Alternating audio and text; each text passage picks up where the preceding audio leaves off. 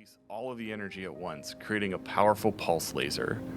Rybonator is a fellow YouTuber with a wicked pun game, and he's making a sister video to this, detailing the process. So check it out, link in the description.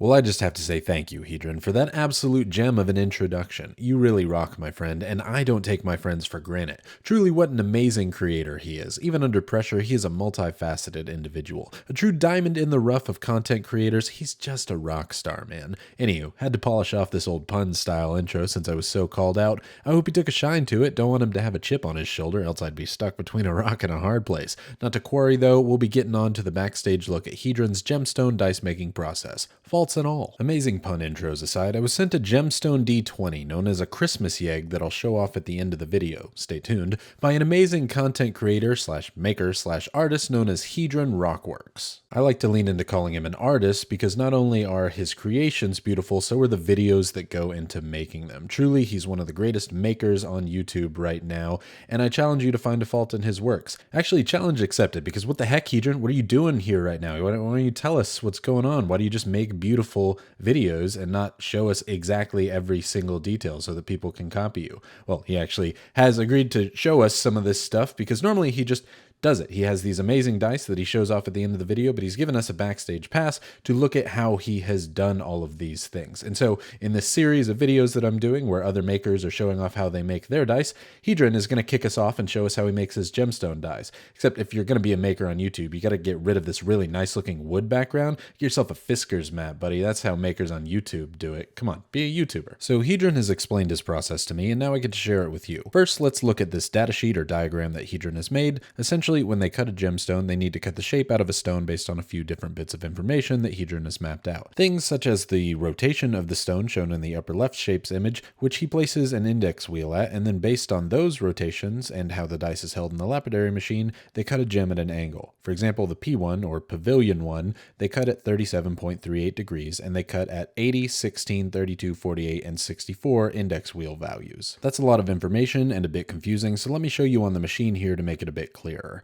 The values 80, 16, 32, 48, and 64 that we just mentioned are the rotation that the stone's cuts are divided into. The angle that those rotations are held at is the 37.38 degrees that we talked about before. So the index wheel is held on a machine known as the angle stop, which really accurately holds the stone at a certain angle. It also controls the depth at which the stone is cut. His angle stop is heckin' super fancy. Others might just have a protractor or something like that, but they perform the same function, only his is easier to dial in. And then the index wheel that we showed a second ago rotates the stone while it's pressed into a typically metal plate. All of this is done on a lapidary machine, and good ones are not cheap. They cut gemstones just like you see in Hedron's sister video to this one. We mentioned metal plates, which are essentially sandpaper. Hedron typically starts at a 100 grit to rough shape the stone, 200 grit for finer shaping, 600 for the star facets that he's known for, and sometimes he uses a 1200 or 3000 grit plate, but it depends on the stone.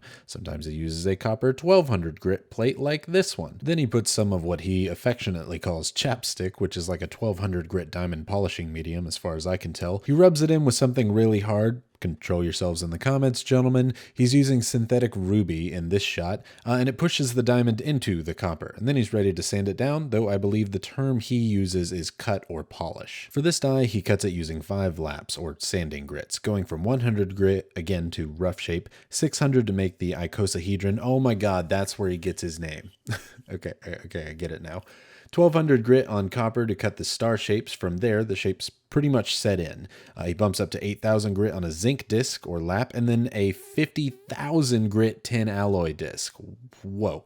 He actually explains the need for the different material discs really well, so I'll let him. So we use different hardnesses of alloys to hold the grit at different heights or how hard this is. So if you imagine if I put grit on top of steel that's really hard, it'll sit up proud, but if I put it on top of softer copper, it'll smush into the copper.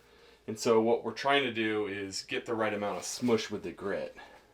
And I'm not an expert lapidarist, so I don't really know that stuff, but I just go with what works, and takes the least amount of time. I just go with what works could easily be my channel motto. Just like cutting the faces of the die, he cuts the star pattern into all of the corners. That's kind of his signature thing, and it looks fantastic. This data sheet or diagram, I'm not sure what he calls it exactly, shows how he does that the same way it did before with the faces, though I imagine that these are a little bit more finicky to get exactly right, but that's why they look so friggin' beautiful. After all of these facets are put in and he has all his grits gone through, he's got his completed D20 shape. Now let's get talking about how he gets the numbers onto the gemstone. He essentially makes a mask out of a type of vinyl that he can cut with a drag knife. You can see that vinyl being cut right now. It's cutting the numbers out with the shapes that he will be able to stick to the D20 really easily and accurately. He's intentionally leaving the cracks and stars out, but he masks those with Plastidip, leaving just the numbers to get blasted by sand in his sand blaster. This is where the numbers get made. He doesn't cut or ink the numbers in like you do with resin dice. Instead, he essentially is sanding the numbers in a quite literal fashion as he's sand blasting them onto areas not covered by the vinyl or Plastidip. And that's essentially the entire process. It sounds simple. It sounds cuckoo bananas to me, but he has done an absolute truckload of work to make it look so easy and approachable. Doug really knows his stuff, and it is a joy to watch and hear from someone so knowledgeable. I was actually fortunate enough to be sent this magnificent D20 before we sent it off to Lud for packaging in the advent calendar that we're working on together, along with some other amazing artists. Check out my most recent video for some more information on that and some of the videos to come, but Doug, or Hedrin as you may know him, requested that I share my genuine reaction to seeing the D20 in person, so I recorded myself opening the box and checking it out before I got to see his footage on how it's made and the behind the scenes stuff. So let's see what young little Rybonator of 2 weeks ago's reaction was. Oh, you tricked me. You... Oh my Lanta. Oh, that's fancy. Oh, buddy. Okay, it's got fuzz from the, the toilet paper, but still. Ooh, okay. That is wonderful. Oh, it's so heavy. I have glass dice, and they are not this heavy. This is... Oh, it's so sparkly. Oh, I love it. He said he was doing something Christmassy with green and red, and... Wow. Dang, that is crazy. I'm putting fingerprints all over this. I will clean it up before I send it back out, I swear. Oh my gosh. So it's like green when you look directly at it, but when it kind of... The sides and the facets, they turn this like crazy red color. That's so Christmas. I love it. I should have thought of doing Christmas for mine. That's amazing. That's so pretty, man. It's massive and it's heavy, right? My big dice that I make, it's still a little bit bigger. It's... Get to the freaking 20 cent. It's still a little bit bigger, but only barely. Probably just like a millimeter, but oh man, is it big. And it's so heavy, man. I was not I don't know why I wasn't expecting it. It's a gemstone. Oh, but there's a ooh, that's a good shot. That looks pretty. Okay, this is more me talking aloud, but I wondered in person how the sandblasted numbers would feel, if they would feel like super deep, and you can catch them on your fingernail. If you have any fingernails, I just cut mine. You can catch them on your fingernail. Oh, I'm ruining this. I'm so sorry. You can catch them on your fingernail, but barely, and you can tell that there's something underneath your finger, but this is probably the most balanced, as far as rolling, way that you can make numbers, I would imagine. The numbers are essentially not there, so this is more balanced than anything I make. I mean, I put stuff in my dice all the time. Oh, look at that. That's so pretty. So if I cover the light up with my fingers, the whole thing looks red. Like if in the absence of light, it looks more red than green.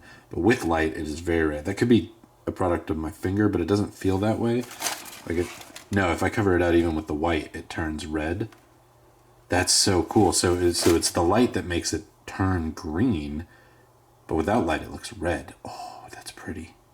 I have an idea obviously I'm going to roll it on this table, right? I'm going to roll it here because this can't possibly hurt it. But I'm going to ask him what all I'm allowed to roll it on. Doug very nicely and diplomatically did not call me a big dum-dum when I asked if I could roll it on a big sheet of metal dice.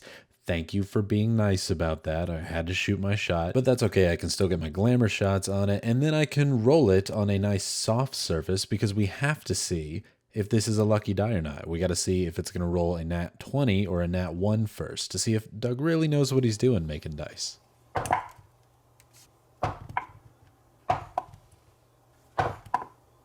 Oh, okay, it actually was. Yeah, okay, you can get this then. You know, I was going to say, don't trust Doug's work if he doesn't make stuff that rolls 20s, but, you know, that was on, like, the third or fourth roll, so, yeah, okay. I guess gemstones make good dice. Thanks again to the amazing Doug of Hedron Rockworks for letting us in on the behind-the-scenes stuff that he does to make his amazing, beautiful, gorgeous videos. Go check out the sister video to this one and the front of the scenes instead of the behind the scenes stuff that he puts out. It's amazing. You're going to love it. Stay tuned for the next video where Dicey Encounters is going to take us through his process of dice making. It's going to be amazing. And then we've got some more stuff coming. And I hope that you enjoyed this one.